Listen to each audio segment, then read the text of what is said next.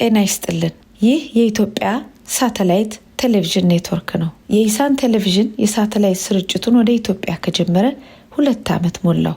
በዚህ እጅግ ፈታኝ በሆነ ወቅት የህዝባችንን የመከራ ቀንበር በአቅማችን ለማገዝ ሞክረናል። የስደቱን፣ የመፈናቀሉን፣ በድሮን የመደብደቡን፣ የመታሰሩን፣ የመዘረፉን በአጠቃላይ ሰላምንም ኑሮንም ለተቀማው ህዝባችን ድምጻችንን ከማሰማት ከትላንት እስከ ዛሬ አላረፍንም። በሀገራችን ኢትዮጵያ እየደረሰ ያለው የህዝባችን መከራና ሰቆቃ፣ ህግ አልበኝነት፣ አምባገነናዊ ማናለብኝነት፣ ሁሉን ያላካተተ አድሏዊና የኃይል አገዛዝ እስካልተወገደ ድረስ የቱንም ያህል ቢከብድ የቱንም ያህል ጊዜ ቢወስድ ለመብት፣ ለእኩልነት፣ ለፍትህ የሚደረጉ ትግሎች ይቀጥላሉ። ሚዲያ ለዚህ ጉልህ ድርሻ አለው። ይህንንም የሚያውቁ ስርዓቶች ለህዝብ የወገኑ እውነትን የሚያጋልጡ ሚዲያዎች ለማጥፋት ሲሰሩ ኖረዋል። ሳይታክቱ መስራት ላይ የሚገኛሉ። ስለዚህ ነው የሳተላይት ቴሌቪዥን ከፍተን ለ24 ሰዓታት የሚተላለፍ ስርጭት የጀመርነው። በዚህ ስርጭት ህዝባችንን በመረጃና በእውቀት የማስታጠቅ አገልግሎት ላይ እርሶም ይተባበሩን። በአንጻሩ ለአመታት የዘለቁ ለሀገራቸው ለሙያቸው የታመኑ ባለሙያዎች፣ ደጋፊዎች ይህንን ለማክሸፍ በብዙ ጣውረዶች እየተፈተኑ በጽናት የሚዲያን አገልግሎት ለማስቀጠል ይጥራሉ። የህዝባችን መከራ እስካልቆመ ድረስ ዝም አንልም በማለት ኢሳን የኢትዮጵያ ሳተላይት ኔትወርክ አሁኑኑ አብዝቶ የእርሶን ድጋፍ ይሻል። መረጃው የሚሰሩ መረጃዎች በአጠቃላይ ለባለቤቱ ለኢትዮጵያ ህዝብ እንዲደርስ በሳተላይት መቅረብ አለበት። ያንን የሳተላይት ወጪ እርሶም ድጋፉን በማድረግ እንዲሸፈን እንዲያደርጉ በአክብሮት ይጠየቃሉ። አገልግሎታችንን ለሰፊው ህዝብ ወደ ኢትዮጵያ ለማድረስ በየወሩ የሳተላይት ክፍያ መፈጸም አለብን። እኛ ያለንን ሁሉ ሰጥተናል። እርስዎ በአቅሞት በጎፈንድሚ በተዘጋጀው ሊንክ ላይ አስተዋጽኦ ያድርጉ። በዌብሳይታችን ላይ ገብተው ለወርሃዊ መዋጮ በቋሚነት ቢመዘገቡ ደግሞ ሸክማችንን ይቀንሰዋል። ለውጥ መምጣት ካለበት በተጨማሪም በመጪው አርብ ዲሴምበር 19 በዲሲ አቆጣጠር 12 ሰዓት ላይ ከቀኑ በዩኬ 17 ሰዓት ላይ በአውሮፓ 18 ሰዓት ላይ እንዲሁም በኢትዮጵያ ከምሽቱ 2 ሰዓት ላይ ሰፊ የገንዘብ ማሰባሰቢያ መርሃ ግብር አዘጋጅተናል። ለውጥ መምጣት ካለበት፣ ህዝቡ ማረፍ ካለበት፣ ሀገር መዳን ካለባት ህዝብን የሚያነቃ ሚዲያ ያስፈልጋል። የዜግነቱን ይወጡ። ኢሳን የኢትዮጵያኖች ሚዲያ። ሰላም ጤና ይስጥልን። የተወደዳችሁ ምናለሽ መቲ ፕሮግራማችን ተከታታዮች፣ የዛሬ ምናለሽ መቲ ፕሮግራም አሁን ተጀምሯል። ዛሬ እንግዲህ ለተሮብ በኢትዮጵያን አቆጣጠር ታህሳስ 8 2018 ዓ.ም ነው። እኔ መታሰቢያ ቀጸላ ደረጃ ሀብቶል ከቴክኒሻን ባለሙያው ጋር መረጃዎችን ይዘን መጥተናል። አብራችሁን ቆዩ።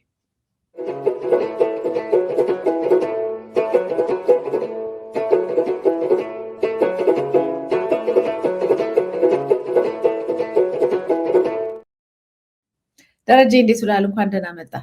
እግዚአብሔር ይመስገን። እንዴት ነሽ መቲ? ሰላም ነው ወይ? ምንም አንልም። ያው ብርድ እያለ ነው። መቻል ነው። መቻል ነው። አሁን ያው ሰሞኑን ጠቅላላ በተለይ የመንግስት ቃል አቀባዮች፣ የመንግስት ሚዲያ፣ እንደገና ደግሞ የክብር አባል የመከላከያ ሰራዊት ምናምን አባል ወይንም ካድሬዎች ምናምን በጣም እያራገቡት ያለው የኢትዮጵያ በዲፕሎማሲ እንደውም አንዳንድ ሰዎች እየወጡ ኢትዮጵያ በዲፕሎማሲ ሞታለች፣ ማንም ሞቷል ዲፕሎማሲ ምናምን ያላችሁት የት ናችሁ ያላችሁት? ይሄ ወይን የመሰለ ነገር ኢትዮጵያ ያደረገች በሚል አየሩ ተጥለቅልቋል። ጠቅላይ ሚኒስትር እንግዲህ ሰሞኑን መጥተው ነበር። ለ2 ቀን ነበር በነገራችን ላይ የተባለው። ትናንት ነበር የመጡትና ትናንትናና ዛሬ ጎብኝተው ነገ እንደሚሄዱ ነበር የነገሩን። በነገራችን ላይ መቲ ሰውየው ግን ምክንያቱን አላወቅንም። አንዳንዶች የራሳቸውን መላምት እያስቀመጡ ነው። ሄደዋል ከሰዓታት በፊት ጉብኝታቸውን አቋርጠው የሄዱበት ምክንያት ግን አልተገለጸም። የሆነ ሆኖ አንድ እውነት የምንናገረው ጥሩ ነው። የህንድ ጠቅላይ ሚኒስትር እዚህ መምጣታቸው ትልቅ ሀገር ነው። መሪ ነች። የኒውክሌር ባለቤት የሆነች ሀገር ነች። አሁን ደግሞ ሳየው ገረመኝ። 2ኛ ይመስለኝ ነበር የህዝብ ብዛታቸው፣ 1ኛ ሆነዋል። መጥተዋል። በአንዳንድ ነገሮች ተፈራርመዋል ማለት ነው። እና ይሄን ጉብኝት ስመለከተው ፖዘቲቭ ነገሩን ለማንሳት መጀመሪያ መምጣታቸው በራሱ ጥሩ ነው። ግን ለኢትዮጵያ ብቻ አይደለም የመጡት። በነገራችን ላይ ኳታርና የተለያዩ ቦታ 3 ሀገራትን ይጎበኛሉ እግረ መንገዳቸውን። አንድ እሱ ነው። 2ኛ በፓርላማው ባደረጉት ንግግር በጣም ደስ ብሎኛል። የተናገሩት ስለ ዘመኑ ሳይሆን ስለ ጥንቷ ኢትዮጵያ፣ ስለ አድዋ ጀግንነት የተናገሩት ንግግር በጣም ልብ የሚያሞቅ ነው። ኢትዮጵያ የሚመጡ ታሪክ የሚያውቁ ትልልቅ መሪዎች የኢትዮጵያ ማንነት ያውቋታል። በዛ በጣም ደስ ብሎኛል። እዚህ ቁጭ ብሎ የሚያንቀላፋውን የፓርላማ አባል ከገባቸው ስለ ኢትዮጵያ ማንነት በደንብ አድርገው ነው ኢትዮጵያ ጋር ያስተሳሰረንም ጥንታዊ ያ ነገር ነው በማለት ነው የተናገሩት ማለት ነው። ያን ማድረጋቸው ንግግራቸውና አድዋን ታሪክማ ለማስጎብኘት የተደረገው ነገር መልካም ነገር ሆኖ ሳለ ለምን አቋርጠው እንደሄዱ ያወቅነው ነገር የለም። ሁለተኛ የዲፕሎማሲ ቅጥፈት አያስፈልግም። ኢትዮጵያ ውስጥ ያለው ታሪክ ሁሉ በትክክልና በአግባቡ መነገር አለበት። በእኛ እድሜ የምናውቀውን ነገር ስለ እውነት ካልነገሩን ከኛ እድሜ ውጭ የቆየውን ነገር ቢነግሩን እንዴት እናምናቸዋለን? ያላየነውን ነገር በእኛ እድሜ በጠቅላይ ሚኒስቴር አብይ ጊዜ ነው እንግዲህ እንትን መለስ ጊዜ ራሱ ይህን ጠቅላይ ሚኒስትር በወቅቱ የነበሩት ሲመጡ ተመልክተናል። ፎቶውን ልታሳይልኝ ትችላለህ። መጥተው የተፈራረሙበት ጊዜ ማለት ነው። ዶክተር ማንሞሃን ሲንሄ መጡ ጊዜ ማለት ነው። ልኬደታለሁ። እኒህ ናቸው የቀድሞ ጠቅላይ ሚኒስትር። ከሳቸው በፊት ናሬንድራ አሁን ከመምጣታቸው በፊት መጥተው መለስ ጋር ተነጋግረው በብዙ ጉዳዮች ላይ ተፈራርመው በብዙ በነገራችን ላይ የነበሯቸው የፎቶግራፎች ሁሉ ትዝ ይሉኛል። በቲቪ ሁሉ ተላለፉ። አሁንም ጎግል ላይ መግባት ትችላላችሁ። ኮራ ብለው ነው መለስ የሚያናገሯቸው። አላቀፈም፣ አልዳሰሰም ምናምን ብለው በአግባቡ በስነ ስርዓቱ ሪስፔክት ባደረግ በማይረብሽ በማያውቅ መንገድ ኮራ ብለሽ ሀገርሽን እንትን ባደረገው ቁጥር አድርጓል። ጥሩ አቀባበል መደረጉ ይኑር ትናንት ነው። ነገር ግን ከግል መኪና እኔ ኮምፎርት የማይሰጠኝ ነገር አለ። በየትኛውም አገር አይደረግም እንዴ? መኪና እኮ ቀላል ሲምፕል ነገር ነው እኮ። ስትሄጂ ለአንድ ፕሬዝዳንት ወይ ጠቅላይ ሚኒስትር እንደዚህ የተዘጋጀ ፕሮቶኮል አለ። ይወርዳል። መኪና የሚነዳ አሽከርካሪዎች ሁሉ ይዘጋጃሉ። ያን ነገር ይደረጋሉ። ይገባሉ ሾፌሮች፣ ያ ይደረጋል። የአንቺ ሀገር መሪ ደግሞ በሌላ ወይ ከኋላ ወይ ከፊት ሆኖ እየመራ አጅበው በዛ ይወስዳሉ ነው።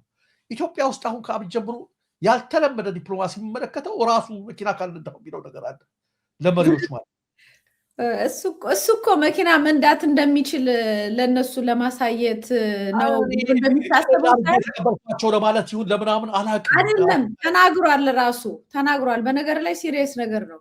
ስለማላምን ብሏል። እናንተ እንዴት ትሉኛላችሁ? ስለማላምን ያ ብቻ እኮ አይደለም። እስኪ ይሄን አንዴ ተመልከቱት። አንዴ ቴክኒሻናችን ይሄን ተሳይደን ልክ እንደ ሾፌር ከአክብሮት ሊመስለው ይችላል። ለሱ አከበርኳቸው፣ ተንከባከብኳቸው።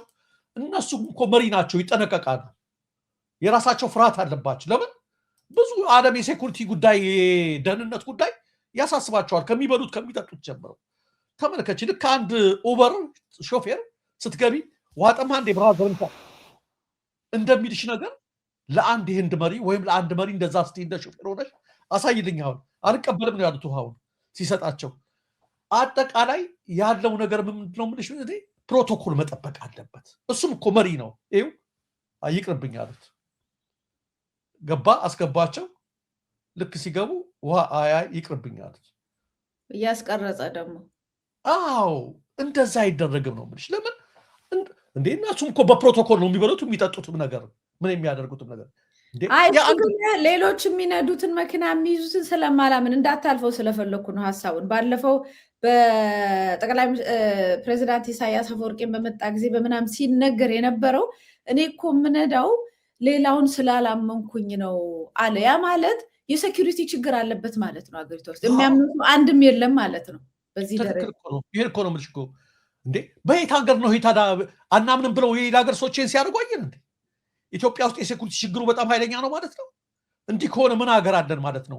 እዛው ጠቅላይ ሚኒስትር አጠገብ ያሉ አጃቢ መኪናዎች ላይ ፈትሾ ማስገባት ካልተቻለና ሴኩሪቲ ማረጋገጥ ካልተቻለ ምን ማለት ነው? እና አንድ እኮ እኔ መሰለሽ እኮ እንትን አደረግኩ ሲል የራሱም እንትን አለ ብዬ ነው። የራሱም ክብር የኢትዮጵያ መሪ ነው እኮ እሱ። የኢትዮጵያ መሪ ነኝ ካለ ኢትዮጵያ ያለችበት ደረጃ ላይ ካለ የኡበር ታክሲ ነጂ አይደለም፣ ወጥ ሰሪ አይደለም። ሄዶ ብብት ውስጥ መታቀፍ አንገት። ከአሁን በፊትም ኢብሬቱም ሲመጡ ራሱ እየነዳ የተለያየ ሲመጡ ራሱ እየነዳ አይሆንም። እንደ አገር መሪነት የኢትዮጵያ መሪ ጥሩ ነው። ጥሩ አቀባበል ማድረግ፣ በፈረሰኞች ማድረግ፣ የተለየ እንደዚህ ማድረግ። ነገር ግን ክብርን ደግሞ መጠበቅ እንደዛ ያስፈልጋልና እንግዲህ አላቅም። እኔ አቋርጠው የሄዱት ምናልባት በተለያዩ ፎቶዎች መቼም በስተዋል ወይ ፎቶ አጨናንቋቸው ሊሆን ይችላል አይታወቅም፣ ወይ በሌላ ነገር ሆኖ ይሆናል። ለማንኛውም ግን እቅፉ አጨናንቋቸው ይሆናል ይላሉ። እንትኖችም ነገር ሊሆን ይችላል። ጥሩ ነው፣ ግን ደግሞ መዋሸት አያስፈልግም። በነገራችን ላይ እንደ ኃይለ ሥላሴ እውነት ከወራን የኢትዮጵያን ታሪክ በታላላቅ ዓለም አቀፍ መድረኮች በዋይት ሃውስ፣ በእንግሊዝ፣ በንግስት ኤልሳቤጥ፣ በምናምን በአሜሪካ መጥተው በመጎብኘት እንደሳቸው የለም። እንደው እናውራ ካልን ማለት ነው። መንግስቱ በዚህ አይታሙም። ያው የሶሻሊስቱ ጎራ ሆነ እንጂ በምናምን የነበራቸውን በመለስ ጊዜ ደግሞ አይተሽ ከሆነ በኋላ ሞቱ እንጂ ሞለስ ኃይለማርያም ነው እሱን የተካው።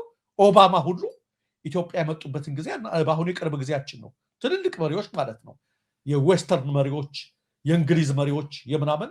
መለስም በዲፕሎማሲ አይታማም። በጣም ብዙ ሀገር ሄዷል፣ ብዙ መሪዎችም መጥተዋል። ይሄን ለምንድን ነው እንደ ትልቅ ነገር አሁን የታየው ብለሽ እስኪ አስቢ። አሁን በማንተም ጊዜ ያኔ ማህበራዊ ሚዲያ ስላልነበረ ነው። ይሄ እንደ ትልቅ ድል አቺቭ እንዳደረጉ አሁን አንቺ እንዳልሽው የብልጽግና ሰዎች ይሄው የህንድ መሪ ናቸው። ጥሩ ሀገር ነው፣ ደህና ሀገር ነው። ያው እንትን ባይልም ቶፕ ባይሆንም ይሄንን እንደ ተምጦ በ7 ዓመት እንግዲህ እየተነገረ ያለን እንትን ነገር ነው።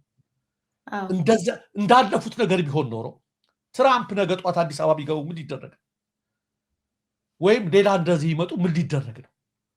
ምንም ማለት አይደለም። ነግሬሻለሁ። ዊሊያም ሩቶ የዛሬ 2 ሳምንት ነው ዋይት ሃውስ ተጠርተው $1.2 ቢሊዮን ይዘው የተመለሱት። ይሄ ነው እንትነቱ። ህንድ እዚህ ስትመጣ የራሷንም ጥቅም ጭምር ነው። በነገራችን ላይ ሀገሮችን ሲያደርጉ ያን ጭምር ነው። በጣም ብዙ የምታራግፋቸው ሸቀጦችና ብዙ ነገሮች ይኖራሉ። በተለይ ህንድ ደግሞ አስተማሪ መምህር በማምረት በዚህ በአይቲ በኩል በምናምን ስላላቸው ብዙ ነገር ሊሰሩብን ይችላሉ። እኛ ጋር ኢትዮጵያ ምንትን ስላላት ብሪክስ ላይ ነው የተገናኙት። ስለዚህ ጥሩ ሆኖ ሳለ ቅድም ያልኩሽ መንትኖች ነገር አሉ። ይሄን ግን እንደ ብርቅ አታድርጉት ነው። ሌላው እኛም ማንዋሸው እውነታውን የምናወጣው ምናልባት ያቋረጡበት ማለት ነው። ትናንትና አንድ ዜና አውርተን ነበረ። ኤምባሲዎች አዲስ አበባ መቀመጫቸውን ያደረጉ ስለ ደህንነት ነው የሚከታተሉ። ታውቂያለሽ፣ መሪያቸው ከመጣ ትናንትና በአማራ ክልሉን የኦሮሚያን ትተን ጋምቤላ ውስጥ ፖሊስ ኮሚሽነር መገደሉ ተነገረ። ጋምቤላ የተጀመረው ጦርነት ዛሬም ቀጥሏል።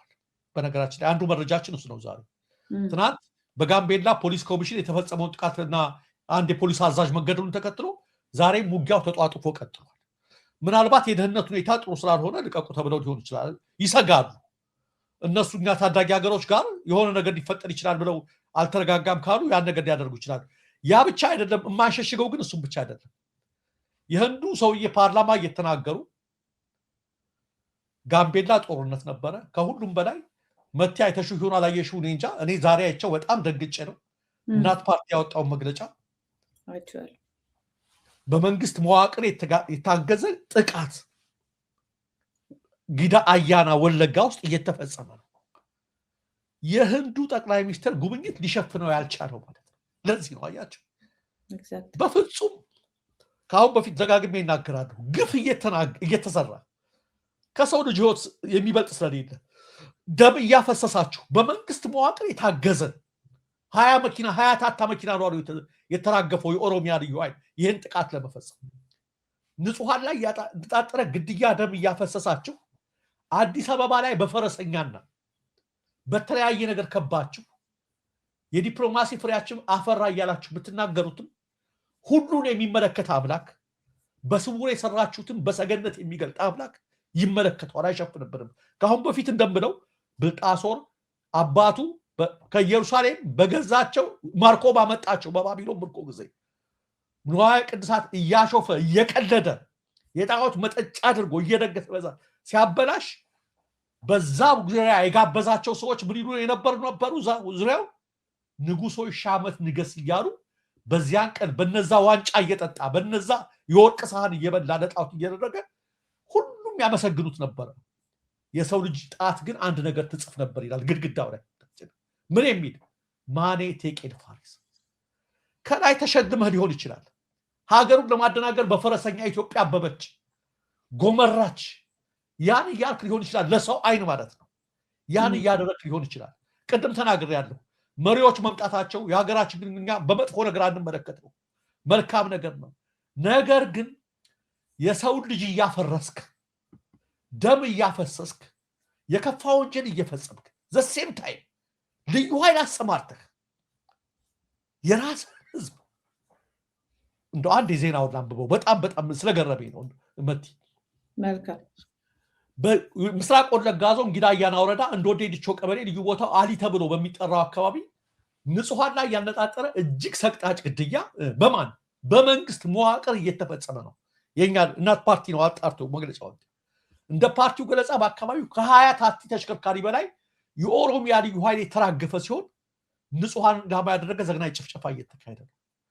ፓርቲው አይንም ምስክሮችን ዋቢ አድርጎ ይፋ ባደረገው መግለጫው ላይ በቅድሚያ መከላከያው ህዝብ ጋር በመመካከርና እንጠብቃችኋለን በማለት ህዝቡ አምኖ መሳሪያውን እንዲያስረክብ ተደረገ።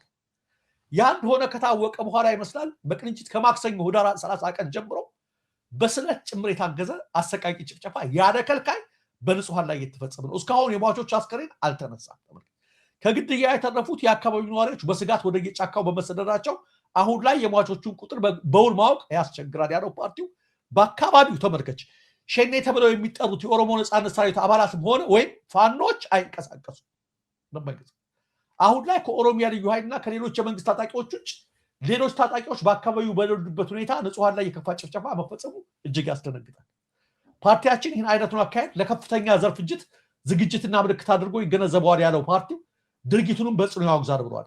በአካባቢው የሚንቀሳቀሰው የክልሉ ልዩ ኃይል እንዲህ ካለው እኩይ ድርጊት እንዲታቀብና መከላከያ ሰራዊቱን በቦታው ተተክቶ መሳሪያ ሲያስወርድ ቃል በገባው መሰረት ህዝቡን እንዲጠብቅ ያ ካልሆነም የህዝቡን መሳሪያ እንዲመልስና ህዝቡ ቢያንስ ራሱን እንዲከላከል እንዲደረግ የጠየቀው ፓርቲው ይህ ሳይሆን ቀርቶ ለሚደርሰው ፍጅትም መንግስት ሙሉ ኃላፊነቱን እንደሚወስድ ለማሳሰብ እንወዳለን።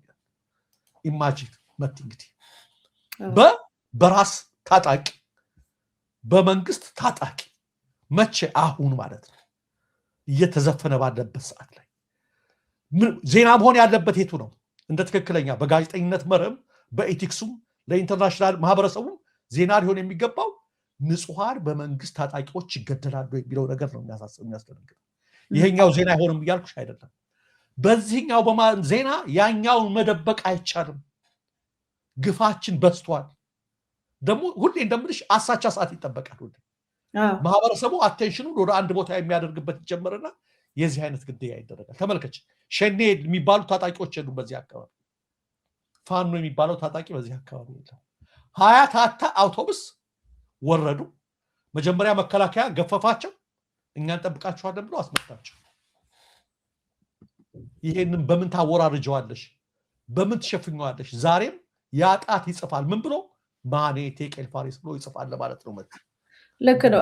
አሁን ሁለት ነገሮች አሉ። ይሄ በነገር ላይ አሁን አንተ ያነበብከው ዜና አዲስ አይደለም። ይሄን በደንብ ማሰብ ለምደ ነው እየመጣን ነው እንጂ አዲስ አይደለም። በብዙ ቦታ እየተከናወነ ያለ ነገር ነው እና ያው ሀገራችን በአንድነት ተሰብስባ ይሄን ነገር በዚህ ጉዳይ ላይ መፍትሄ ማምጣት ስላልቻለ ማህበረሰባችን እየባሰ አሁን የማጽዳት የመጨፍጨፍ አካባቢውን የማጽዳት ከዛ ቦታ ላይ በከፍተኛ ቁጥር ያለው ማህበረሰብ እንዲነሳ የማድረግ ቦታ የመውረስ መሬት የመውረስ ብዙ ነገር ነው። በቃ ኦልሞስት ቀኝ ግዛት በሚመስል ነገር በአሳፋሪ ሁኔታ ሰዎች ከሌላ ቦታ መጥተው እኛ ሁላችንም እንደ ኢትዮጵያ ከሆነ ሁሉ መሬት የሁሉ ከሆነ እሰየው፣ ከሌላ ቦታ ላይ መጥተህ ሌላ ቦታ ላይ ሰፍረ አካባቢውን እኔ ነኝ የምጠብቀው ምናምን ይባልና የዛን አካባቢ ሰው ማዋከብ፣ መግደል፣ መጨፍጨፍ ይጀምራል እና በጣም አስፈሪ አደገኛ ነገር ነው። ለነገ ሁሉ በጣም አደገኛ ነው። ለዛሬው ብቻ አይደለም። አሁን ሁለት ነገሮች በጣም አስፈላጊ ናቸው። አንደኛው የዲፕሎማሲ ነገር የኢትዮጵያ እኛም የምንጮህበት ነገር ነው። ዲፕሎማሲው ተበላሸ። ኢትዮጵያ ከሌላ ሀገራት ጋር ያላት ግንኙነት በተለይ አፍሪካ ውስጥ ችግር ውስጥ እየገባ ነው። ይሄ ለነገ ዋጋ ያስከፍልናል፣ ለአሁኑም ዋጋ ያስከፍልናል እንደ ሀገር ያልነው ነው። ስለዚህ የአንድ ህንድ ትልቅ ነው፣ በህዝብ ቁጥር ከዓለም አንደኛ፣ በኢኮኖሚውም በጣም ከኋላ በደንብ ከቻይና ኋላ በደንብ እየተገዳደሩ እየመጡ ያሉ ናቸው። ፓወርፉል ናቸው። ለኢትዮጵያ ምን ይሰጧታል? ምንም አይሰጧትም። ምክንያቱም የህንድ ህዝብ ራሱ ብዙ ለውጥ የሚፈልግ ብዙ መከራ ውስጥ ያለ ብዙ ድህነትም ያለበት ሀገር ስለሆነ ነው። ስለዚህ እርዳታ ጠብቃ አይደለም የምትሄደው። ዝም ብሎ ግን ለዲፕሎማሲው ህንድና ኢትዮጵያ ልትሰራ ምን ትችላለች? በሌላው ሀገር ላይ ወይ እርዳታ ነው የምትቀበለው ወይ የሰው ኃይል ለስራ የሆኑ ነገሮች እንቅስቃሴ ነው የምታደርገው ወይ የቴክኖሎጂ ትሬኒንጎች ምናምን ካልሆኑ በስተቀር ከህንድ ላገኘው የምንችለው ነገር የለም። ግን ህንድ እንደ አንድ ትልቅ ሀገር ከኢትዮጵያ ጋር የሚኖራት ወዳጅነት ግን መልካም ነው፣ ለክፉም ለደጉም ማለት ነው። እነዚህ ሰዎች ሲመጡ ተጋብዘው በስንት ዋጋ ተከፍሎ ወይም በዛም በዚህም ብሎ መንግስት በጣም አትኩሮት ኢንቨስት አድርጎ ገንዘብ እንትን ብሎ መዝሙር አስጠንቶ ፊልም በህንደኛ ምናምን አስጠንቶ ተሰቃይቶ ምናምን ያስመጣቸውና ወይ ወደ ሌላ ሀገር ሲሄዱ ምናምን ያስመጣና ፎቶ ተነስቶ ሽርብትን ብሎ ደግሶ ያንን አየሩን ለመሙላት ይሞክራል። ለምንድን ነው የሚሞክረው? ይሄ ለምንድን ነው የሚያስፈልገው? ኢትዮጵያ ቀደም ብላል ቀዳማዊ ኃይለሥላሴን የሚያክል በዓለም ላይ ፖፑላር እና በጣም ታዋቂና ተከባሪ ሰው አልነበረም ከአፍሪካን ውስጥ ማለት ነው። እና በኢትዮጵያም ታሪክ ላይ እሳቸው በዚህ ደረጃ ተቀባይ ኢትዮጵያን ያስከበሩ ግሬስፉል የሆኑ በቃ ሞገስ ያላቸው የጥቁር ህዝቦች የዛን ጊዜ አንተ ሰው አይደለም በተባለበት ጊዜ ቀይ ምንጣፍ ተነጥፎ በአሜሪካን ሲንገሟለሉ ማየት ለዛ ስሌቭ ለሆነው ባሪያ ለሆነው ለጥቁር ህዝብ ጠቅላላ ትንሣኤ የሆነለት ነው። እኚህ ሰው ምንድን ነው የደረሱት መጨረሻ ላይ? ኢትዮጵያ ውስጥ ጥያቄ ሲነሳ የት ሄዱ? ያ ክብር አቆማቸው? አዳናቸው? አላዳናቸው? ያውም በደንብ ሲጠና ብዙም ስህተቶች ተደርጎ በዛም ሳይገባቸው ሁሉ የከፈሉትን መስዋዕትነት እናውቃለን። የሞቱትን ሞት እናውቃለን። የደረሰባቸውን ውርደት እናውቃለን። በደርግንም ብትሄድ ሁሉም ተሰደው ሀገር እንደሌለው ሰው ዚምባብዌ ነው አይደለ የደርግ መንግስት ቢኖር ብዙ ወንጀልም የሚጠየቅበት አለ። በፖፑላሪቲ ደረጃ ግን ስንት አገራት ተቀብለውት ነበር። አቶ መለስ ዜናዊ በጣም ፖፑላር በአፍሪካ ውስጥ ኦልሞስት የአፍሪካ ተወካይ እስከ ማለት ድረስ ምዕራቡ የተቀበሉት ሰው ነበረ። የት ሄደ? ሲሞት ምንድን ነው የሆነው? እሱን አሁን እየረገመ ነው ትውልድ ያለው እያመሰገነው ነው። ይሄን ሁሉ ነገር ታሪክ የምናውቅ በህይወት ያለን ሰዎች ዛሬ የተወሰኑ መንግስታት መጥተው ስለጨበጡትና ስላቀፋቸውና ብብታቸው ውስጥ ስለዋለ የኢትዮጵያ ህዝብን በሚዲያ አጥለቅልቆ እንዲወደው ለማድረግ ከሆነ አይሰራም ነው። ይሄ አይደለም የሚሰራው። የኢትዮጵያ ህዝብ ጋር በሰላም መኖር የሚቻለው የኢትዮጵያ ህዝብ ራሱ ሲወድህ ብቻ ነው። በፕሮፓጋንዳ የህንድ መንግስት የአሜሪካ መንግስት ለወደደ ሳይሆን እራሱ ሲወድ ነው። እሱ ደግሞ ሊወድ የሚችለው በምትሰጠው ህይወት ነው፣ በሚኖረው ኑሮ ነው፣ በምታከብረው አክብሮት ነው እንጂ እዚህ ያረድከውና እየገደልከው እዚህ ጋር አትገባም፣ እዚህ ጋር አትወጣም፣ ይሄ የኔ ነው ይሄ ነው እያልክ እንደ ምናምንቴ ቆጥረህ የምገድለውን ማህበረሰብ የህንድ መንግስት ስለመጣ ሊያከብር ነው፣ ድንገት ተነስቶ ሊወድ ነው። ይሄ ሞኝነት፣ ይሄ ፕሮፓጋንዳ። ሰው ከዛ በላይ ማሰብ አለበት። አንዳንድ ብዙ እውቀት አለን ምናምን የሚሉ ሰዎች ሲተነትኑ ምናምን ታያት ነው። ለኢትዮጵያ ጠቅላይ ሚኒስትር አብይ አህመድ ጉዳዩ ኢትዮጵያና የኢትዮጵያ ህዝብ ነው መጀመሪያ። እሱን ረግጦና ተረማምዶበት እንደ ቆሻሻ እዛ ሌላ ቦታ ላይ ሄዶ ድንገት ሂሮ ምናምን ሁሉ ቢሆን የኢትዮጵያን ህዝብ ህይወት እስካልቀየረ ድረስ ማሳመን አይቻልም። አንድ ሁለተኛው ደግሞ እነሱ የሚጠሏቸው እና አፄ ምኒልክ እንደ ጠላት የሚቆጠሩ ዛሬ ታሪካቸው እንዲጠፋ አዲስ አበባን ጭምር ቅርሱን ድምጥማጡን የሚያጠፉት እነዚህን ሰዎች ነው። አሁንም ድረስ እየመጡ ትላልቅ ነገስታት እሱ ዋጋ ከፍሎ መሬት ወድቆ ምናምን ያመጣቸዋል፣ መጥተው ስለ አድዋ ይናገራሉ። ስለዚህ አሁንም ኢትዮጵያ ማለት የትላንትናው ታሪኳ ብቻ ነው ይዟት የቆመው እንጂ አሁን ላይ ያለው ታሪኳ የማይነገር ነው ማለት ነው። የመጡት አንደኛ ያውቁት ምን አሁን ምንድን ነው ግድያ ነው የሚያውቁት።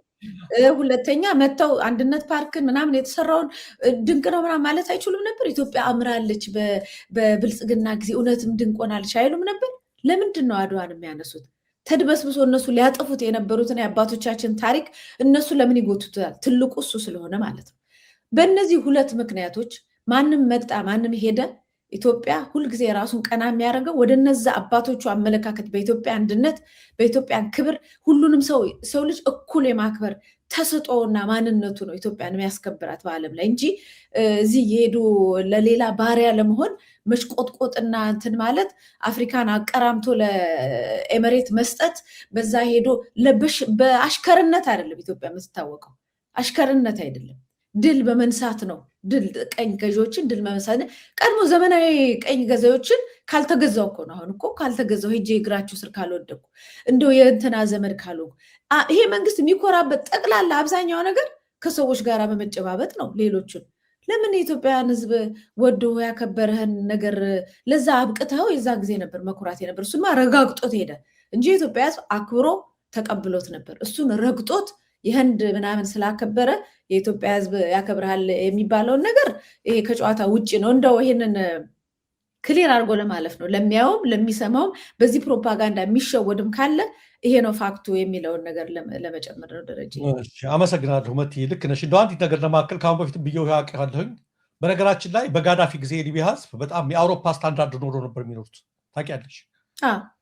ሕክምና በነፃ ነበረ። የትምህርት ቤት ክፍያቸው በነፃ ነበረ። ትራንስፖርት ለተማሪዎች በነፃ ነበረ። በእያንዳንዱ ሊቢያዊ የመኪና ባለቤት ነበር። ዌልፌርም ነበር፣ እርዳታ ውጭ ሀገር እንደሚደረገው ዌልፌር እርዳታ ነበርና ያላቸው እንትን ኑሮ እንደው ነፃነት አሉ እንጂ አስተዳደሩ በጣም በጣም ተቀማጥለው በአውሮፓ ስታንዳርድ ነበር የሚኖሩት ሊቢያ እና በጣም ይገርም ነበር ኑሯቸው የተሳካላቸው ሊቢያውያን ጋዳፊን አንፈልግም ሲሉ የመብት የምን ጥያቄ አንስተው ያመጡበት ማን ነበር ሄደው ጋዳፊ ሊወድቅ 4 ወር ሲቀረው የአሜሪካው የወቅቱ ትልቅ ፕሬዝዳንት ባራክ ኦባማ ከጫፍ እስከ ጫፍ ስሙ በገነነበት ሰዓት ላይ ሄዶ ጋዳፊን ሲጨብጥ በቃ ጋዳፊ መንበራቸውን ተከሉ ነበር የተባለ 4 ወር አልቆየም። እንደውም አይተሽ ከሆነ ብሉምበርግ ጋር ባደረገው ቃለ ምልልስ ሊቢያውዝ ዘወርስት ምናምን ሚስቴክ ኢን ማይ ፕሬዝዳንሲ ምናምን ብሎ የሚናገርበታል። ትልቁ በፕሬዝዳንትነት ዘመኔ የሰራሁት ስህተት የሊቢያ ጉዳይ ነው ይላል። ለምን ጋዳፊ ቢወርድ የተሻለ ስርዓት ይመጣል ብለው አስበው ነበር። የእነሱም ጥቅም ሁሉ ነው የተናጋው። ሀገሪቱ ፈርሳ ለ3 ለ4 መንግስታት ሆነች። ምንም አለች ጥቅማቸው ምናቸው ሁሉ ይኸው የሊቢያ ጉዳይ እንደምንመለከተው ነውና እና አሜሪካ ሁሉ እጃቸውን አስገብተውበት ነበር በዛን ጊዜና እንደ ስህተት አይቼዋለሁ። ይጸጽተኛል ከሚላቸው ጥፋቶች አንዱ እሱ ነው። ምን ልልሽ ነው እዚህ ላይ ግን ያነሳሁት ኦባማ ጋር እንኳን መጨባበጥ ጋራንቲ አልነበረም ለጋዳፊ። እንኳን ያው ግብፅና የአሜሪካ የህንድና የአሜሪካ ልዩነት ስለምናውቀው ብዬ ነው። ጋራንቲ አይሆንሽም። ቅድም በቲያንቻ ያልሽው ነው። ዓለም አገሮች ጋር ትልልቅ አገሮች ጋር በማድረግ ቢሆን ከኃይለ ሥላሴ ወዲያ ከምስራቅ እስከ ምዕራብ ያኔ በቀዝቃዛው ጦርነት ዓለም ብሎ ተከፈተበት ጊዜ በዚህ በሩሲያ ብትሄጂ በዚህ በአሜሪካ ብትሄጂ ያኔ ሶቪየት ህብረት ነበር ይባል በሁሉም አቅጣጫ ኃይለ ሥላሴ እንግሊዝ ንግስት ምናምን እዚህ ያሉት ሁሉ ንግስቷ ያላቸውን ጠቅላላ አጠቃላይ እንመለከተዋለንና ያ ሁሉ ነገር ምን አይሆንም አይታደግሽም። አብይን የኖቤል ሽልማት እንዲያገኙ ያደረጋቸው ከውጭ ያላቸው ከመሪዎች ጋር ግንኙነት አልነበረም።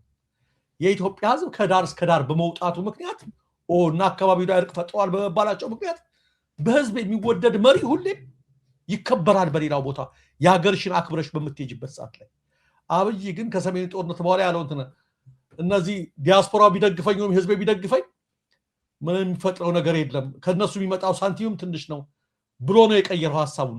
በምንድነው የመነዘረው? የህዝብን ድጋፍ የምናምንን ድጋፍ የምንን ድጋፍ ከሚመጣ እርዳታና ምናምን ጋር በመደገፍ ነው ጀርባውን ሁሉ የሰጠው ለህዝቡ ዞር እናደርጋለን ብሎ። ትልቅ ስህተት ማለት ትልቅ ስህተት ነው። ስለዚህ ዛሬ ቅድም እንዳልኩሽ ከውስጥ የሚብሰለሰሉት ነገር እየፈሰሰ ያለው ደም እየተደረገ ያለው ግጭት በየቦታዎች ተቀጣጥለው በቀጠሉበት ሰዓት ላይ ነገ ጧት ትራምፕና የእንግሊዙ ጠቅላይ ሚኒስትር ስታርመር የፈረንሳዩ ማክሮን ተሰባስበው በሙሉ አለ የሚባሉት ሁሉ የኔቶ መሪ ማርከሩት ተሰባስበው አዲስ አበባ ላይ በሄዱ እንኳን ምንም ማለት አይደለም። እነዚህ ሁሉ ተሰባስበው ባንድ ላይ እንደው አብይን ካላየን አላለው። ሁለት ቅድም ያልሽው ነው። ይህን እንኳን መተው ካሁን በፊትም የአንዲት ሴት መሪ መተው ካስታወሽ ከደቡብ አሜሪካ የኢትዮጵያን ታሪክ አብይ ሊያስጎበኛቸው የሚፈልገው ቅድም ፋውንቴን ምናምን እንደ ከዛ በላይ እኮ እንደሱ ሀገር ሞልተዋል። እነሱ የኢትዮጵያ ጉዳይ ሲነሳ ኢንስፓየር የሚያደርጋቸው ተች የሚያደርጋቸው የአድዋ ታሪክ የነፃነት ታሪካችን የተናገሩትን ንግግር ፓርላማ ላይ ብትሄጂ ለነሱ ለራስዎ ለኛ መሪ ትምህርት ነው። በቃ እነሱ የሚያውቋት ኢትዮጵያችን ነው። እነሱ ኮሪደር ልማት ፋውንቴን ምናምን በዛ አው ጥሩ ቦታ ጥሩ ነው እዛ ጋር ሻይ ቡና ለማለት ከዛ ውጭ አልፎ አያዩትም እንዴ? እነሱ እኮ በጣም እኮ እንዳል ከኢትዮጵያ በጣም በብዙ ነገር የበለጠ ነገር ብዙ ነገር ያዩ ናቸው። ይሄን ነገር ከነሱም ነው የመጣው። ስለዚህ ኢትዮጵያ ስትባል ትምህርት ቢሆናቸው ቅድም ያልኩት የፓርላማ አባላት ያልኩት በውጭ መሪዎች በታላላቆች ሳይቀር እየመጡ በሚናገሩት ላይ ሳይቀር ተተክሎባቸው የቀረው ነገር ኢትዮጵያ ሲባል ሁላችሁም ተመልከቱት ለማለት ያ ነው የቀረባቸው። ይችን ኢትዮጵያ ነው እኛም ጠብቆ ያልናቸው። እናንተ ይችን ኢትዮጵያ ፍርሰን አዲስ ኢትዮጵያ የራሳችንን እንሰራለን በማለታችሁ ነው ዋናው ግጭት ህዝብም ጋር ማነው የገባችሁበት ምክንያት። ስለዚህ በዚህ በኩል ያስተላለፉት መልእክት በጣም ደስ ብሎኛል የሚለውን ለማየት ነውና የእነሱ መምጣት ጋራንቲ አይደለም፣ ዋስትና አይደለም፣ ሊቸንስ አይደለም። የሀገራዊ አስተዳደርህን እስካላስተካከልክ ድረስ ነገ ጧት ትመነገዳለህ። ምንም ጥያቄ የለውም። ትናንትና ሰምተች ከሆነ ተቃዋሚዎችም ያደረጉት ንግግር አለ። በውጭ ሀገራት ያሉት እነ ጀዋር ምናምን የሰጡት መግለጫ እየተመለከትኩ ነበር። የአብይ ጉዳይ አይደለም እያሳሰበን ያለው የእሱ የተነቃነቀ ነገር ነው። ከዛ በኋላ ላይ ግን ስለሚመሰረተው ነገር ነው አሁን ውይይት የተጀመረው። በሁሉም በእኛ ብቻ ሳይሆን በኢትዮጵያ ጉዳይ ያገባናል የሚሉት ሁሉ ተሰባስበው እያወሩ ያሉት የሚል ነው። ስለዚህ የሌሎች መምጣት እንትንህን አያቆመውም። ዋስትና አገር ላይ ያለውን ኢፍትሃዊ አስተዳደር፣ ግድያህን፣ ጭፍጨፋህን፣ ዘር ላይ ሃይማኖት ላይ የምታደርገውን ጥቃት አቁመ ፍትሃዊ አስተዳደር እስካላነገስክ ድረስ አይሆንም። ደግሞ ታነግሳለህ ተብሎ አይጠበቅም። ለምን ቅድም መቲያችን እንዳልሽው እንኳን ያለ ማንገስ በቤተ መንግስት ዙሪያ ያሉትን ሹፌሮች አላምንም ነው ያለው። እንዲህ አይነት መንግስት በሀገር ደረጃ እንዴት ሰላምና ጸጥታ ሊያሰፍን ይችላል? ሊሆን አይችልም የሚለውም ማስተላለፍ ያስፈልጋል። መልካም መረጃዎችን ሌሎችን አካፍለ መረጃዎችን ሄደን ወደ ሌሎች ለመሄድ መጀመሪያ የግንባር መረጃዎች እንደቀጠሉ ናቸው። መቲ በአማራ ክልል እየተደረገ ያለው ፋኖ ኃይሎች በሹምሻሃ ማለት ወደ ላሊበላ አካባቢ ነው ወደሚገኙ አገዛዝ ወታደሮች ካምፕ ሰርገው በመግባት ትናንትና ዕለት ጥቃት መፈጸማቸው ተሰምተዋል። በምኒልክ ዕዝ ላስታ ሳምነው ኮርሶ ያሉት የእሸት ክፍለ ጦር ቃኞች ሌሊቱን በሹምሻሃ አየር ማረፊያ ዙሪያ ወደሚገኙ የአገዛዝ ወታደሮች ካምፕ ዘልቀው በመግባት በሳንጃና በቦምብ የታገዘ ከባድ የሽምቅ ጥቃት መፈጸማቸው ተነግሯል። እዙ በሰጠው መግለጫ በሹምሻሃ አየር ማረፊያ ልዩ ስሙ ሳይናበር ተብሎ በሚጠራው አካባቢ ማክሰኞ አጥቢያ ሌሊት የፋኖ አባላቱ ወደ ወታደራዊ ካምፕ በመግባት 3 ሰዓታትን የፈጀ የሽምቅ ጥቃት የፈጸሙ ሲሆን በዚህም ለጊዜው ቁጥራቸውን በሁሉ ማስቀመጥ በማይቻል ሁኔታ በርካታ ወታደሮች ሰለባ መሆናቸውን አስታውቀዋል። በአጥቢያ ሌሊቱ የሰርጂካል ኦፕሬሽን ጥቃት የተፈጸመባቸውን በመከላከያ ሰሜን ምስራቅ ዕዝ የ803ኛ ኮር 65ኛ ክፍለ ጦር አባላት መሆናቸውን አስታውቀዋል። ከምሽቱ 3 ሰዓት ጀምሮ እስከ 7 ሰዓት ድረስ በቆየው በዚህ ኦፕሬሽን የፋኖ አባላቱ ተልኳቸውን አሳክተው የማረኩት መሳሪያ በማረኳቸው ወታደሮች አሸክመው ካምፑን ለቀው መውጣታቸው ነው የተገለጸው። ሁሉ ነገር ካለቀ በኋላ ስለ ጥቃቱ ሰምተው በቦታው የደረሱ ያገዛዙ ተጨማሪ ኃይሎች አበው ጅብ ከሄደው ሻጭሆ እንዲሉ ረጅም ሰዓታት አካባቢውን በከባድ መሳሪያ ሲደበድቡ ማንገታቸውን የዓይን ምስክሮች ተናግረዋል። በሌላ በኩል ከተከፈተባቸው ጥቃት ህይወታቸውን ለማትረፍ ከአምባሰል ወደ ደላንታ ሲሸሹ የነበሩ ያገዛዙ ወታደሮች መንገድ ላይ ሌላ ጥቃት ተከፍቶባቸው አብዛኞቹ ሰለባ መሆናቸውን የዓይን ምስክሮች አረጋግጠዋል። የፋኖን ጥቃት መቋቋም አቅቷቸው ህይወታቸውን ለማትረፍ ከአምባሰል ወደ ደላንታ ሲሸሹ በነበሩት የአገዛዙ ወታደሮች ላይ የቆረጣ ጥቃት በመፈጸም የሻለቃ አመራሮችን ጨምሮ ከ3 ጋንታ በላይ ሰራዊትን ሙትና ቁስለኛ ያደረጉትም በምኒልክ ዕዝ ጽናት ክፍለ ጦር ስር የሚገኙት የአንድ ሻምበል አባላት ናቸው ተብሏል። መንገድ ላይ ሰለባ የሆኑት ወታደሮች በአምባሰል ወረዳ ዚሃና ተለያየን በተባሉ ቦታዎች ላይ ታህሳስ 7 ቀን በተደረገው ውጊያ ከመደምሰስ የተረፉ ናቸው ተብሏል። ይህን ካለ ዘንዳ መረጃዎች ሌሎች በርካታም አሉ። ይበቃናል። አሁኑ ተቃዋሚ ፓርቲዎች ከሚባሉት መካከል ኢዜማና ስምረት ሁለቱም ተመሳሳይ ቶን ያላቸው ነገሮችን እየተናገሩ ነው የሚገኙት። የመጀመሪያው ስምረት ፓርቲ በሰጠው መግለጫ የማንም ተላላኪ አይደለንም፣ አይ ብልጽግና ጋር አብራችሁ እየሰራችሁ አይደል እንዴ ተብለው ተጠይቀው ነበር። አመራሮች አይደለንም፣ ለማንም ተላላኪ አይደለንም ብለው አርጊውመንታቸውን የገረመኝ ምንድነው? አርጊውመንታቸው መት የሚለው ህወሓት ሻቢያ ጋር እየሰራ ባለበት ሰዓት ላይ ሻቢያ እንዳልሆነው ሁሉ አሉ። እንግዲህ እስራኤል እነሱ ናቸው የሚሉት። ህወሓት ራሱን ይዞ ነው ሻቢያ ጋር የሚሰራ፣ እኛም ብልጽግና ጋር በመስራታችን ብልጽግና አያሰኘንም አሉ። እና ይሄ ኮምፓሪዥን ምንም አልተዋጠልኝም። ህወሓት በጣም ብዙ ዓመታት የቆየ ድርጅት፣ ብዙ ዓመት ሀገር ሲያስተዳድር ሲመራ የነበረ ድርጅት ለሆነ ነገር የራሱ ትብብር ሊያደርግ ይችላል። አድርጓል እያልኩሽ አይደለም። እሱን አሁን እነሱ ከሚታሙበት ነገር ጋር ማምጣታቸው አልገባኝም ነው። ሁለተኛው ተመሳሳይ ነገር ከፌዴራል መንግስትና ከሌሎች የትግራይ ኃይሎች ጋር የምናደርገው ግንኙነት ኋላ ቀሩን ኃይል ማስወገድ ላይ ያተኮረ ነው ይላሉ። በቃ እዛ ያሉትን ከመንግስት ጋር የሚቃረኑትን ህወሓትን ለመጣል ነው አብረን ከመንግስት ጋር የቆም ነው ብለውም አጽድቀው ደግሞ ጉዳዩ እንደገና አንዱ እሱ ነው ያሉበትን አንግል ነው። ኢዜማም ይህን በተመለከተ ማለት በፍጹም ጣልቃ በሚኒስትሪ ስራችን ላይ በሚያደርግ በኋላ ሌላውን እመጣበታለሁ። የሁለቱ አሁን ተመሳሳይነቱን ብቻ እንድናይ ነው። ማንም ጣልቃ አይገባብንም፣ እኛንን እየሰራን ያለ ነው። እንደውም እኛ ፖሊሲ ባለን ሰዓት ብልጽግና የትምህርት ፖሊሲ የለውም ምናምን እያለ መስፍን ነው ማን መሳፍንት ኢዮብ መሳፍንት አመራሩ ሲናገር ነበረ የሰማኋቸውና ሁለቱም ላይ እነዚህም ብልጽግና አይደለንም ግንኙነት የለንም እያሉ ነው። ከዚህ ሁሉ ጊዜ በኋላ አሁን ነው እየተናገሩ ያሉት ሁለቱ። ኢዜማ ማንም ጣልቃ ይገባብኝ እያለ ነው። መጀመሪያ እችን ፓርቲያትና በኋላ ሌላውን ያለው ብዬ ነው እንዲህ ደፍረው የመጡት። በዚህ ደረጃ ላይ ብልጽግና እኛን አይጫነንም፣ ከማንም ነፃነን፣ ሰሮጌትድ አይደለንም፣ ተለጣፊ አይደለንም ያሉት በእርግጥ እንደው ምርጫውን ለመቀስቀስ ፈልገው ነው? እንደው ደፍረው ለምርጫ መምጣታቸው ነው? የህዝቡን አንጀት ለመብላት ፈልገው ነው? እንደው መጀመሪያ በዚህ ላይ እስኪያለችና በኋላ ደግሞ ሌላውን እንመለከተዋለን። ሁለቱም ተመሳሳይ ነገር ስላስተላለፉ ብዬ ነው። የለም ማን ጋር እንደሚሰሩ ህዝብ እያወቀ ባለበት ሁኔታ ሁለቱም አንድ አይነት ቃል አስተላልፈዋል። ቪዲዮንም ቴክኒሻናችን ያዘጋጀልህ መሰለኝ ያዘጋጀልናል።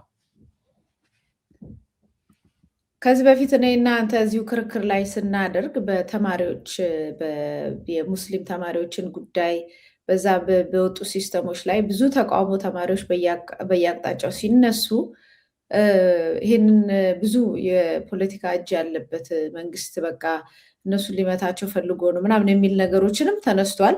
እነሱንም እነው ሌላ ወንጀል ሲኖር አልተነሳችሁም ተብሏል።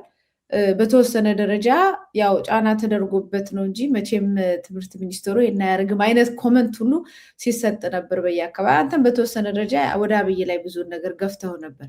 ዛሬ መጥተው ማንም ጣልቃ አይገባብንም፣ ሁሉንም ነገር ያደረግነው ራሳችንን፣ እንደውም በሰራነው ጥሩ ነገር ለሚቀጥለው ምርጫ ህዝቡ ማንነታችንን ስላየ ለሌላ ነገር እንዲያጨን እንፈልጋለን ነው የሚለው ባጭሩ።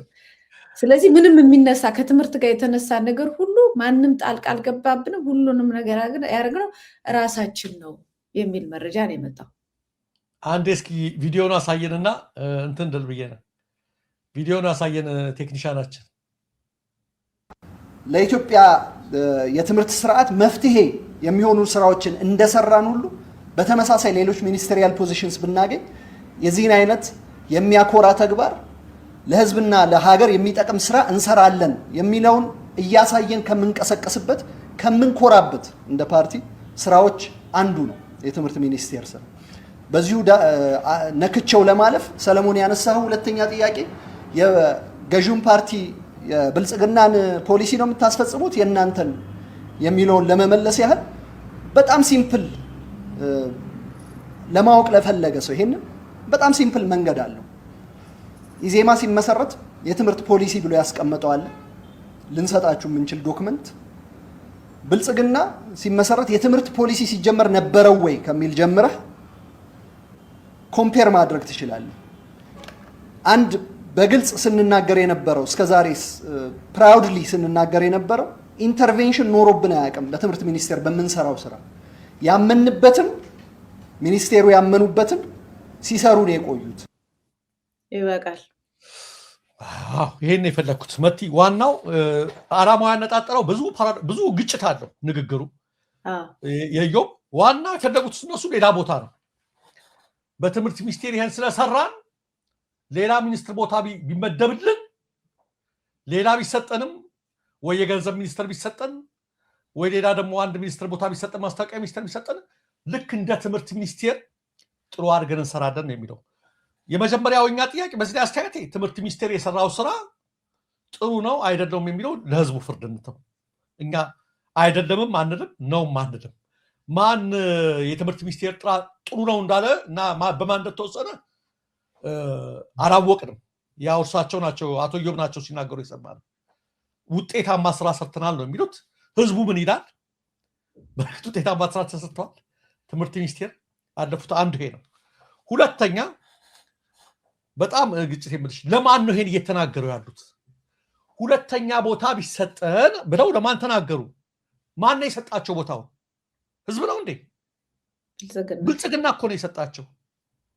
የትምህርት ሚኒስቴርን ቦታ የሰጠዋቸው ብልጽግና ይኸው እኔ ደግ ነኝ ከአሁን በፊት በነበሩ መንግስታት ተደርጎ የማይታወቅ ሁኔታ ለተቃዋሚ ፓርቲዎች በምርጫ ቢሸነፉም እያለ አብይ በየስብሰባው ምሳሌ የሚመስልባቸው ፕሮፌሰር ብርሃኑ በለጠ ሞላንና ቀጀላ መርዳሳ ነው። ሶስቱ ተመልከቱ እኛ መካከል አስገብተናቸው እያለ ሁሌ የሚናገረው ነው። ማን የሰጣቸው ይህን ስልጣን? ብልጽግና ነው የሰጣቸው። ብልጽግና የሰጠሽን ስልጣን አሁን ማን ነው ታዲያ ይጨመረኝ የምትዩ? ለማን ነው?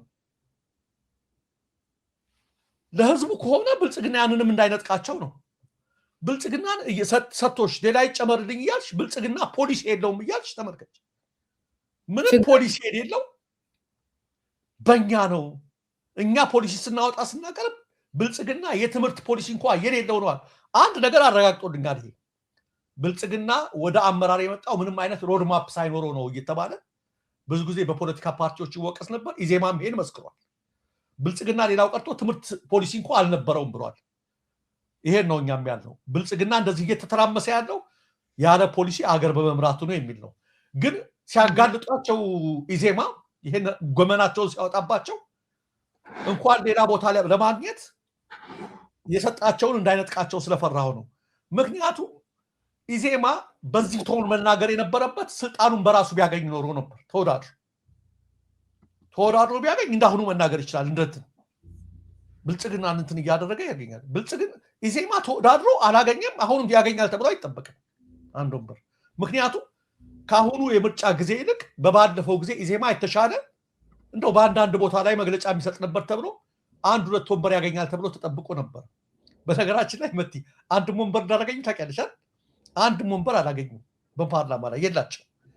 ስለዚህ ይህ ፓርቲ ማን ነው አሁን ሁለተኛ ሚኒስትር ቦታ አይሰጠኝ የሚለው?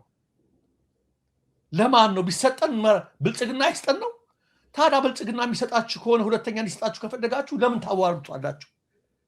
ለምን የትምህርት ፖሊሲ እንደሌለው ታዋርዱታላችሁ በነዘና? አንዱ ይሄ ነው።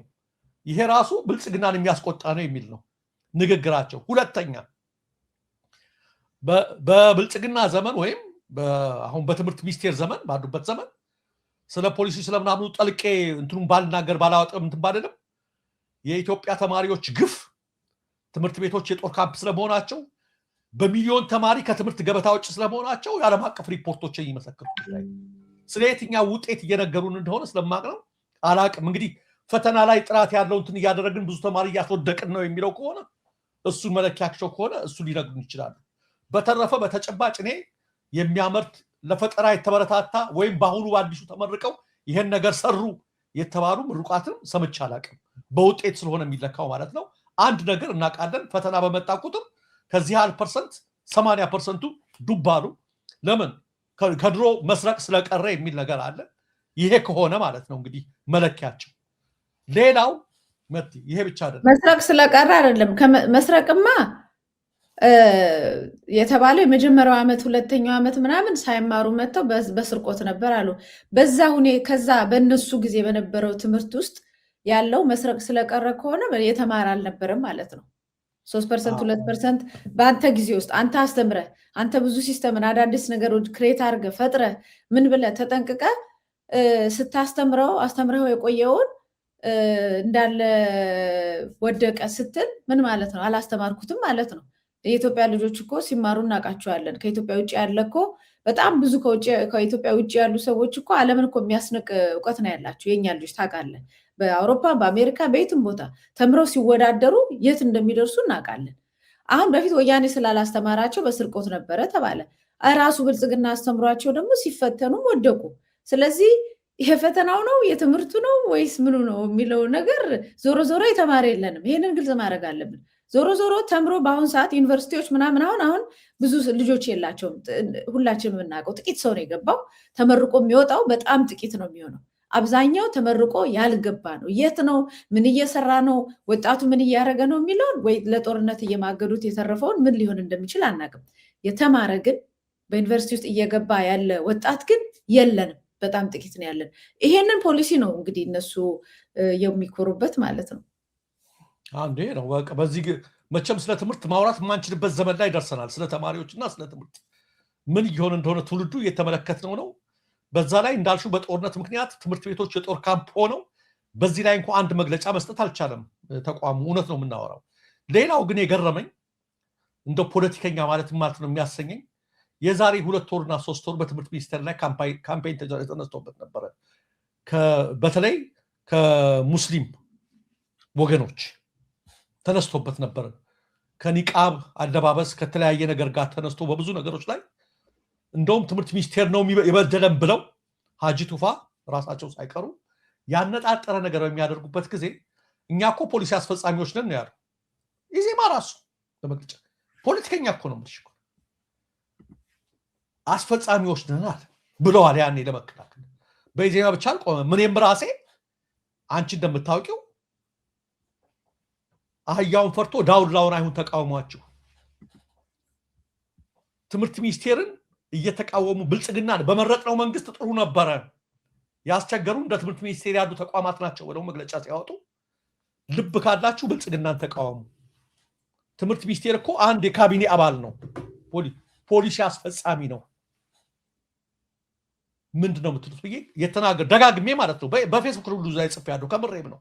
ከምሬ ነበረ። ለምን እንደዛ አይነት ማስመሰል ነገር ስለማይመቸኝ ማለት ነው። መንግስት ያለውን ነገር ነው የሚያስፈጽመው። ዛሬ ራሱ ኢዜማ መሪ ዮብ እንደሰማሽው አንዲት ነገር ጣልቃ ገብቶብን አያውቅም። ስለዚህ አንስቻለሁ እኔ ልክ ነበሩ ተቃዋሚዎቹ ማለት ነው። ልክ ነው ለካ በራሱ ነው እየሰራ ያለው። በፍጹም ጣልቃ ገብቶ ትምህርት ሚኒስቴር ላይ አያውቅም ብልጽግና አያየውም ብሎ ራሱ ከተናገረ አንድ የራሳቸውን ነው የጣሱት። ያኔ ተቃውሞ ሲነሳባቸው ፖሊሲ አስፈጻሚ ነን አሉ። አሁን ግን ምርጫ የመጣ ሲመስላቸው ፖለቲከኛ ማለት በራሳችን ምንም አይነት ጣልቃ መንግስት ገብቶብን አያውቅም፣ ሰጥቶናል፣ በቃ ሚኒስትሪው ሰጥቶናል ያሉት። ስለዚህ ይሄ ከሆነ ከትምህርት ስርዓቱ ጋር ተያይዞ በማናቸውም አካል ባለፈው ተቃውሞ ያነሱትን የሙስሊም አባቶችና ወንድሞችን ጨምሮ በማንም አካል ለካ የተነሳው ተቃውሞ በትምህርት ሚኒስቴር ላይ ያነጣጠረው ትክክል ነበር ማለት ነው። የተሳሳትኩት እኔ ነበርኩ ማለት ነው። ያን ነው ማለት የምችለው። ራሳቸው ላይ ነው ለምርጫ እንትን ሲሉ ሲገቡ ራሳቸው ላይ ነው ቃታውን እያቀባበሉ ያሉት። ወደ ራሳቸው ነው እያደረጉ ፕሮፓጋንዳው ቡመራንግ እየመታቸው ነው ወደ ራሳቸው። ይሄ ነው እየሆነ ያለውና በጣም ያሳዝነኛል። መቼም ፖለቲከኛ ሲባል እንደው ይገርመኛል። ብቻ ትናንት የተናገሩትን ሁሉ ዛሬ የማይደግሙትምና እስከዚህ ደረጃ ላይ ተደርሷል ለማለት ነውና ስለገረመኝ ነው ንግግሩ። መልካም እንግዲህ ትምህርት ሚኒስቴር የክልሉ ትምህርት ቢሮዎች በላይ ሁሉንም ነገር የሚሰራ ነው ካልን በአዲስ አበባ ውስጥ በግዴታ ቆመው አንደኛው የኢትዮጵያ መዝሙር አንደኛው የኦሮሚያ ብቻ የሚዘመረው ለዚህም ኃላፊነት ይወስዳሉ። በአሁን በዚህ ዓመት የስድስተኛ አንለቃቸውም እንጂ ካሁን በኋላማ በትምህርት ስርዓቱ ጋር ተያይዞ በሚፈጠሩ ነገሮች ትምህርት ሚኒስቴር ላይ ነው ሰው ማነጣጠር የሚያነጣጥረው። የስድስተኛና የስምንተኛ ክፍል የኦሮምኛ ፈተና ይወስዳል ተማሪው። ጥሩ ነው ኦሮምኛ፣ እሱም ቋንቋችን ነው። ግን በግዴታ ነው የግል ተማሪዎች ሳይቀሩ በግል ትምህርት ቤቶች ሳይቀሩ በግዴታ ኦሮምኛን ሲያስተምሩ በከፍተኛ ትምህርት ተቋማት ደረጃ አማርኛ እንዲቀር እና እንዲከለከል የሆነበትንም ነገር እንጠይቃለን። በተለያየ አካባቢ ጋምቤላን ጨምሮ ኦሮምኛ ትምህርት ሲሰጥ በሁሉም በብዙ አካባቢ ሲሰጥ የአማርኛ ትምህርት ተቆርቁዞ እንዲቋረጥ በዩኒቨርሲቲ ውስጥ ያሉት በተለይ ከፍተኛ ትምህርት ተቋማት ላይ ሊትሬቸርም አማርኛም ከዚህ በኋላ የሚገኝ የማይሆንበትን ነገር ከዚህ በኋላ ተማሪዎች ገንዘብ ከሌላቸው በስተቀር ዩኒቨርሲቲ የመማር እድላቸው በጣም ጠባብ የሆነበትን ነገር ጠቅላላ አሰባስበን የኢትዮጵያ የትምህርት ደረጃ በዚህ ዘመን ምን ላይ ነበረ፣ ይሄ የሆነው ነገር ለምንድን ነው የሚለውን ጠቅላላ ጠቅልሎ መውሰዳቸውን በዚህ አጋጣሚ በአደባባይ እንትን ብሏል። እኔ እንኳን እስከዛሬ ድረስ አሁንም ቢሆን ተጠያቂ ማድረገው እነሱን ነው። ምክንያቱም ወጥተው ተቸግረን ነው አላሉ። አንተ እንዳልከው በእርግጥ ፖሊሲ አስፈጻሚ ነን ብለዋል። ፖሊሲ አስፈጻሚ ሆነው እነሱ የማያምኑበት ነገር ካለ ፋይት ነው ማድረግ የነበረባቸው፣ መታገል ነው፣ ወይም ለአደባባይ ህዝብ ላይ አግዙ ነው ማለት የነበር። ሁሉ ነገር ልክ ነው ይሄ መንግስት የሚያደርገው ብለው ስለነገሩን ተጠያቂ ናቸው ማለት ነው፣ በሁሉም ዘርፍ ማለት ነው። ይሄ ማለት ከኦሮሚያ ክልል በአማራነታቸው ተፈናቅለው በየካምፑ ያለ ትምህርት የሚያድጉ በብዙ ሺህ የሚቆጠሩ ህፃናትም እዛው ቦታ ላይ እንኳን ደርሶ የትምህርት ነገር እዚህ ደብረ ብርሃን ወይም እዚህ ወሎ ጦርነት የለበት ቦታ ላይ እንኳን ሄደው ትምህርት ያለመስጠታቸውን ሁኔታ አካባቢው ላይ ጦርነት አለ ተብሎ ሌሎች በርቀት ትምህርት በጽሁፍ በምናምን እንኳን ትምህርት ሲያደርሱ የትምህርት ሚኒስቴሩ ምንም አይነት እርምጃ ወደዛ ውስጥ ያለማድረጉን ሁሉ አንድ ላይ የምንጠይቅበትን መረጃ ነው በአደባባይ ይፋ ያወጡትና ደረጀ በበኩሌ ጨርሻለሁ። እኔም ጨርሻለሁ መቲ። አመሰግናለሁ። አድማጭ ተመልካቾቻችን ስትከታተሉት የቆያችሁት የዛሬውን የምናለሽ መቲ የመረጃ ስርጭታችን ነበር። እኛ ዛሬ በዚህ ፈጸምን። ዳግም እስከምንገናኝ ሰላም ዋሉ። ጤና ይስጥልን። ይህ የኢትዮጵያ ሳተላይት ቴሌቪዥን ኔትወርክ ነው። የኢሳን ቴሌቪዥን የሳተላይት ስርጭቱን ወደ ኢትዮጵያ ከጀመረ 2 ዓመት ሞላው። በዚህ እጅግ ፈታኝ በሆነ ወቅት የህዝባችንን የመከራ ቀንበር በአቅማችን ለማገዝ ሞክረናል። የስደቱን፣ የመፈናቀሉን፣ በድሮን የመደብደቡን፣ የመታሰሩን፣ የመዘረፉን፣ በአጠቃላይ ሰላምንም ኑሮንም ለተቀማው ህዝባችን ድምጻችንን ከማሰማት ከትላንት እስከ ዛሬ አላረፍንም። በሀገራችን ኢትዮጵያ እየደረሰ ያለው የህዝባችን መከራና ሰቆቃ፣ ህግ አልበኝነት፣ አምባገነናዊ ማናለብኝነት፣ ሁሉን ያላካተተ አድሏዊና የኃይል አገዛዝ እስካልተወገደ ድረስ የቱንም ያህል ቢከብ የቱንም ያህል ጊዜ ቢወስድ ለመብት፣ ለእኩልነት፣ ለፍትህ የሚደረጉ ትግሎች ይቀጥላሉ። ሚዲያ ለዚህ ጉልህ ድርሻ አለው። ይህንንም የሚያውቁ ስርዓቶች ለህዝብ የወገኑ እውነትን የሚያጋልጡ ሚዲያዎች ለማጥፋት ሲሰሩ ኖረዋል። ሳይታክቱ መስራት ላይ የሚገኛሉ። ስለዚህ ነው የሳተላይት ቴሌቪዥን ከፍተን ለ24 ሰዓታት የሚተላለፍ ስርጭት የጀመርነው። በዚህ ስርጭት ህዝባችንን በመረጃና በእውቀት የማስታጠቅ አገልግሎት ላይ እርሶም ይተባበሩን። በአንጻሩ ለአመታት የዘለቁ ለሀገራቸው ለሙያቸው የታመኑ ባለሙያዎች፣ ደጋፊዎች ይህንን ለማክሸፍ በብዙ ጣውረዶች እየተፈተኑ በጽናት የሚዲያን አገልግሎት ለማስቀጠል ይጥራሉ።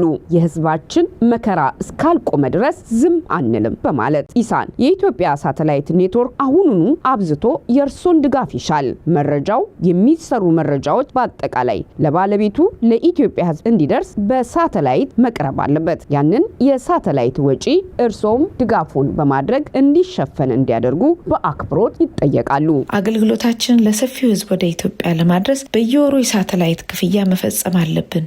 እኛ ያለንን ሁሉ ሰጥተናል። እርሶ በአቅሞት በጎፈንድሚ በተዘጋጀው ሊንክ ላይ አስተዋጽኦ ያድርጉ። በዌብሳይታችን ላይ ገብተው ለወርሃዊ መዋጮ በቋሚነት ቢመዘገቡ ደግሞ ሸክማችንን ይቀንሰዋል። ለውጥ መምጣት ካለበት በተጨማሪም በመጪው አርብ ዲሴምበር 19 በዲሲ አቆጣጠር 12 ሰዓት ላይ ከቀኑ በዩኬ 17 ሰዓት ላይ በአውሮፓ 18 ሰዓት ላይ እንዲሁም በኢትዮጵያ ከምሽቱ 2 ሰዓት ላይ ሰፊ የገንዘብ ማሰባሰቢያ መርሃ ግብር አዘጋጅተናል። ለውጥ መምጣት ካለበት፣ ህዝቡ ማረፍ ካለበት፣ ሀገር መዳን ካለባት ህዝብን የሚያነቃ ሚዲያ ያስፈልጋል። የዜግነቱን ይወጡ። ኢሳን የኢትዮጵያኖች ሚዲያ